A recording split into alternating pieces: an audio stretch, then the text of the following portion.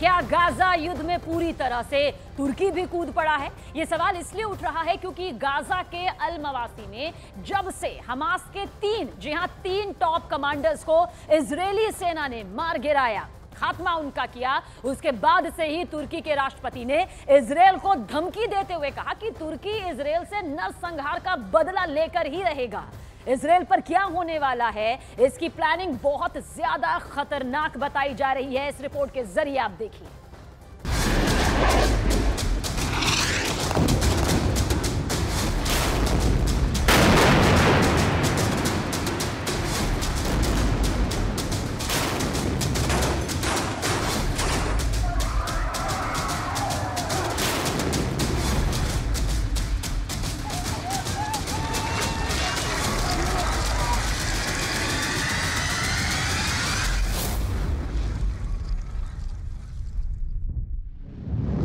मार दिए 3 commander, Hamas का बदला लेगा तुर्की। क्या तुर्की के राष्ट्रपति रेजिप ताइप अर्दोआन हमास के 3 कमांडरों की मौत का बदला इजराइल से लेने जा रहे हैं? दावा किया जा रहा है कि तुर्की ने इजराइल से दो टूक कह दिया है कि वो फिलिस्तीनियों के नरसंहार का बदला हर हाल में लेगा। जरा गाजा पट्टी का ये वीडियो देखिए। फिलिस्तीनियों के एक शिविर पर जबरदस्त एयर स्ट्राइक इजरायली सेना ने की है। इस 8 सेकंड के वीडियो में साफ देखा जा सकता है कि कुछ लोग तंबू वाले शिविर में अंदर की ओर जा रहे हैं। तभी एक मिसाइल उनके ऊपर आकर गिरती है और मौके पर मौजूद हमास के लड़ाके मारे जाते हैं। हम आपको एनिमेशन के जरिए पूरी खबर समझा देते हैं। क्यों तुर्की हमास के कमांडरों के मारे जाने से नाराज है और इजराइल ने कैसे हमास के 3 कमांडरों को मार डाला है। दावों के मुताबिक जिस वक्त हमास के 3 कमांडर गाजा पट्टी के अल मवासी शिविर में मौजूद थे, ठीक उसी वक्त इजरायली सेना ने अल मवासी शिविर पर हमला कर दिया। दावा किया गया है कि इजरायली हवाई हमले में हमास के 3 टॉप कमांडर मौके पर ही मारे गए, जबकि 40 से ज्यादा लोग ऐसे भी मारे गए जो शिविर के आसपास मौजूद थे। इजरायली सेना का दावा है कि इस हमले में हमास का कमांड सेंटर भी तबाह कर दिया गया है, जहां से पूरे गाजा में हमलों को कंट्रोल किया जा रहा था। अब आप हमास के उन 3 कमांडरों के नाम भी जान लीजिए जिनके मारे जाने से तुर्की बुरी तरह से बदला लेने पर उतारू हो गया है।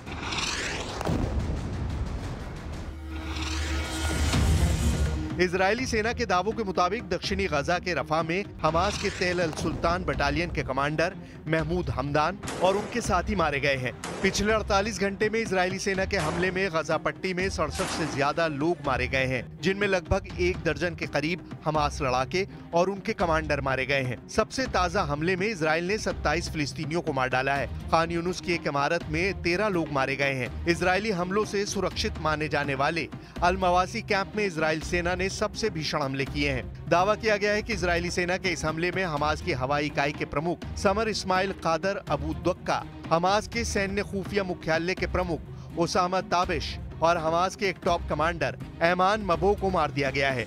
मिडिल ईस्ट की मीडिया के मुताबिक इजराइल ने अल मवासी में अमेरिका निर्मित MK-84 बमों से हमला किया है। 907 किलो के अमेरिकी MK-84 बमों से ही हमास के 3 कमांडर मारे गए हैं।